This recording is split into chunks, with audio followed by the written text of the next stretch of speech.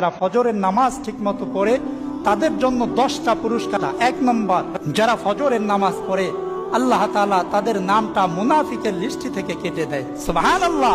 2 নম্বর, যে ব্যক্তি ফজরের নামাজ পড়ে তার দিনটা শুরু করে সারা দিনের জিম্মা আল্লাহ তাআলা নিয়ে নেন, সুবহানাল্লাহ। 3 নম্বর, যারা ফজরের নামাজ পড়ে তাদের পক্ষে ফেরেশতারা সাক্ষ্য দেয়। 4 নম্বর, যে ব্যক্তি এশারের নামাজ পড়ে ঘুমায় আবার ফজরের নামাজ পড়ে, হাদিস শরীফের মধ্যে এসেছে আল্লাহর পয়গম্বর সাল্লাল্লাহু আলাইহি ওয়াসাল্লাম বলেন, যে ব্যক্তি এশারের নামাজ পড়ে ঘুমায় আবার উঠে ফজরের নামাজ পড়ে, আল্লাহ তাআলা ওই ব্যক্তির আমলনামায় সারা রাত দাঁড়ায় দাঁড়ায় নফল নামাজ পড়ার সওয়াব দান করে দেন।